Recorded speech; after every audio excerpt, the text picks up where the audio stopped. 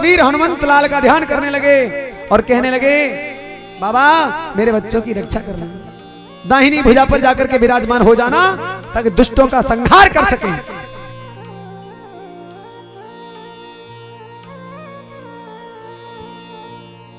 कृष्ण बलराम ने सारे पहलवानों को पछाड़ दिया, सारे पहलवान मार डाले। वही लगभग 11-12 साल के थे भगवान, पहलवानों को मारा। अच्छा, इतनी ताकत कहां से आई?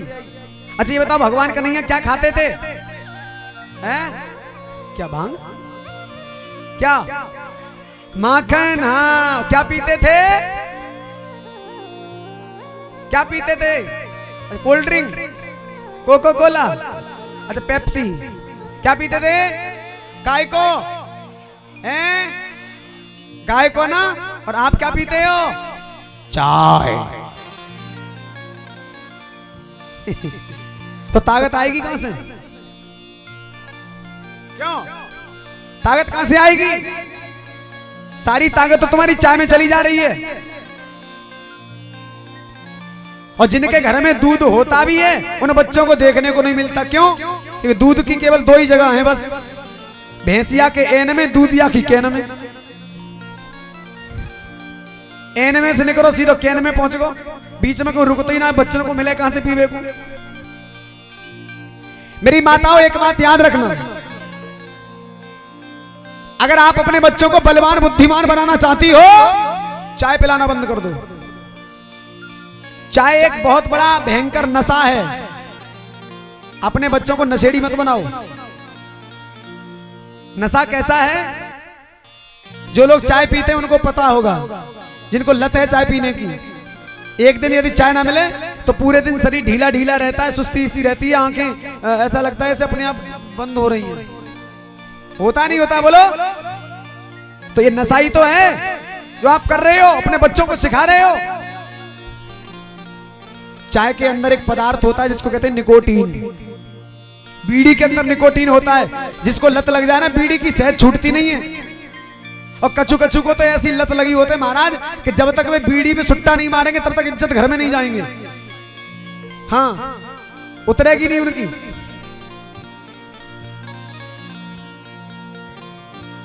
सही कह रहा हूं? और कछु तो बाई में बैठ के पिए करते हैं। हाँ, बीड़ी चल रही है, बेव चल रही है।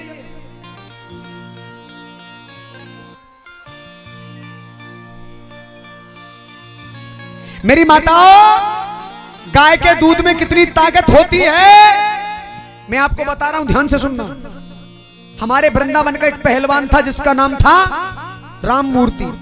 क्या नाम था? राम मूर्ति। इंग्लैंड के अंदर इंटरनेशनल कुश्ती हो रही थी। 250 देशों के बड़े बड़े पहलवान बैठे हुए थे।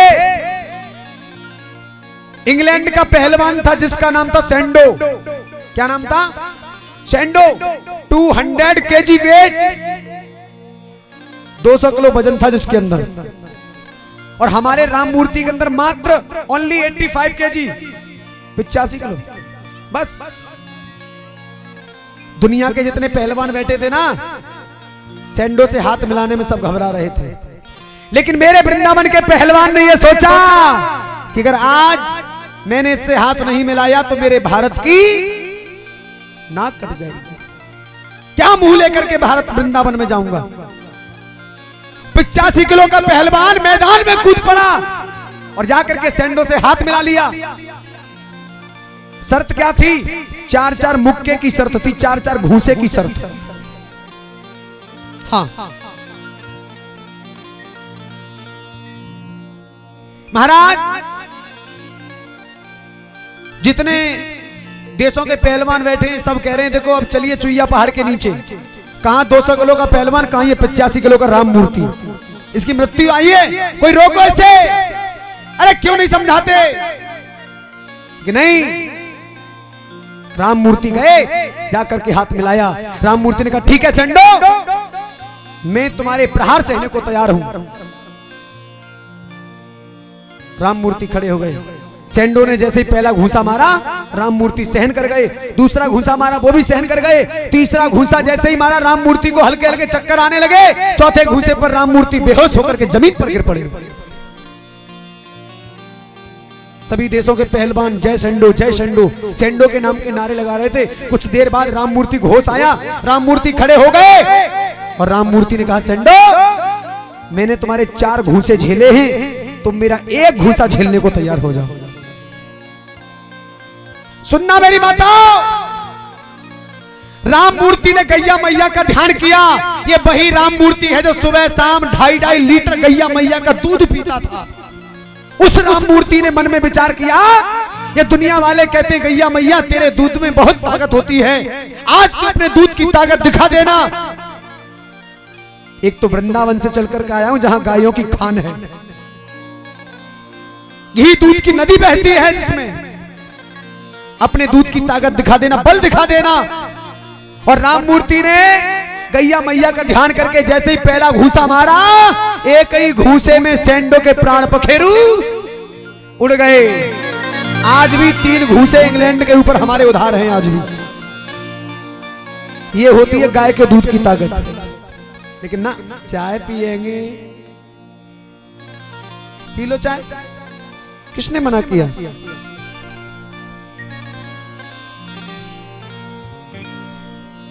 मेरी माताओं, अंग्रेज जब हमारे भारत को छोड़ करके गए, अंग्रेजों ने सोचा कि इस देश में वीर पैदा होते हैं, सरदार भगत सिंह जैसे, सुभाष चंद्र बोस वैसे, वीर सावरकर जैसे, सरदार वल्लभ भाई पटेल जैसे, सुखदेव गुरु जैसे। बोले इस देश को ऐसा अभिशाप देकर के जाओ ताकि इस भारत में दोबारा कोई वीर पैदा ना हो। अंग्रेजों ने हमारे भारतवासियों के लिए फ्री में चाय पिलाना शुरू किया था। उन्हें पता था कि चाय एक ऐसा नशा है, जब इनकी लत लग जाएगी फिर ये पैसे से लेकर के पिएंगे। फ्री में चाय पिलाना शुरू किया था भारतवासियों के लिए, और लत लग गई, फिर खरीद करके पीने लगे। ये बिना मतलब का खर्चा है, बेमतलब का, जिसका कोई लेना ना देना। आप ये बताओ, चाय से कौन सी ताकत मिलती है, मुझे बताइए, बोलो। अच्छा, कौन सी ताकत मिलती है बताओ? तुम्हें पता है चाय कितना वाला नुकसान करती है? प्रैक्टिकल करोगे? मैं बता रहा हूं, सुनना ध्यान से। 1 किलो दूध लेना और 1 किलो दूध को खूब खौलाना, आधा आधा अलग कर लेना, फिर आधे दूध में 1 रुपए वाला पाउच डाल देना चाय पत्ती का, फिर उसको खौलाना, खौला के रख देना। और जिसमें हमने चाय पत्ती नहीं डाली है वो भी रख देना, दोनों बराबर में रख देना। सुबह तक रिजल्ट मिल जाएगा आपको। जिसमें अपने चाय पत्ती डाली थी ना, वो जमेगा नहीं, उसका दही नहीं बनेगा। और जिसमें नहीं डाली थी उसका दही बन जाएगा। रैया डालोगे, घुमाओगे उसको, लौनी भी निकलेगी, घी भी निकलेगा। लेकिन जिसमें हमने 1 रुपए की चाय पत्ती डाली थी आधे दूध में, पूरे दिन रई घुमाना, अगर आप उसमें लौनी निकाल के दिखा दो, हम आपको गुरु बना लेंगे। बोलो, कहां गई उसकी लौनी? उसका घी कौन खा गया? कौन खा गया उसका घी? 1 रुपए का पाउच चाय की पत्ती, उसका घी खा गई। अब आप ये सोचो कि जब ये चाय आपके अंदर जाती है तो आपके अंदर का जो घी है, जो ऑयल है, जो ग्रीस है, उसको खत्म नहीं करती होगी? बताइए। बेरिंग होता है, बेरिंग, बेरिंग का यदि ग्रीस खत्म हो जाए तो गोली प्याली कट के रोड पे भाग जाती है, बेरिंग टूट जाता है। सुना? ऐसे ही जब शरीर का तेल खत्म होने लगता है, शरीर का घी खत्म होने लगता है, ऑयल खत्म होने लगता है, ये जितने भी जोड़े हैं ना, इनमें दर्द होने लगता है, गठिया वाई की बीमारी हो जाती है।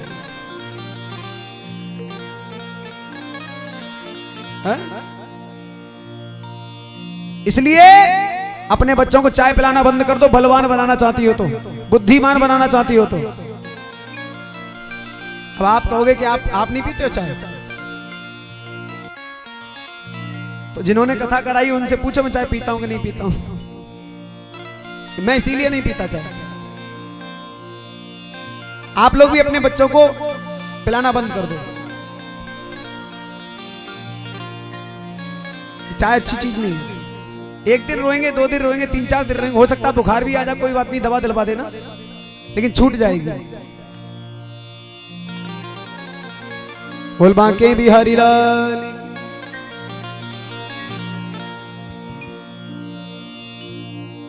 बड़े बड़े पहलवानों को मारने के बाद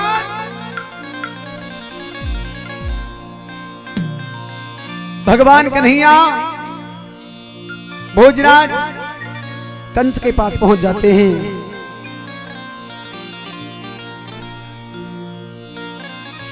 प्रग्रह केसे सुचलत किरीटम निपाति रंगो परिम तुंगम मच्चात।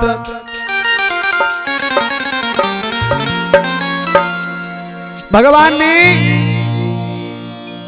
भोजराज कंस को केस पकड़ करके नीचे जमीन पर डाल लिया। ददर्श चक्रायुधमयाग्रतोया यस्ते देव रूपम दुर्वापमाप। कृष्ण को हाथ में चक्र लिए देखता है कौन? भोजराज कंस। वो समझ गया यही विष्णु रूपधारी है। अब भगवान ने एक घूसा मारा उसकी छाती पर बैठ करके, एक ही घूसे में भोजराज कंस का प्रलांत हो गया। बोल गोविंद भगवान की।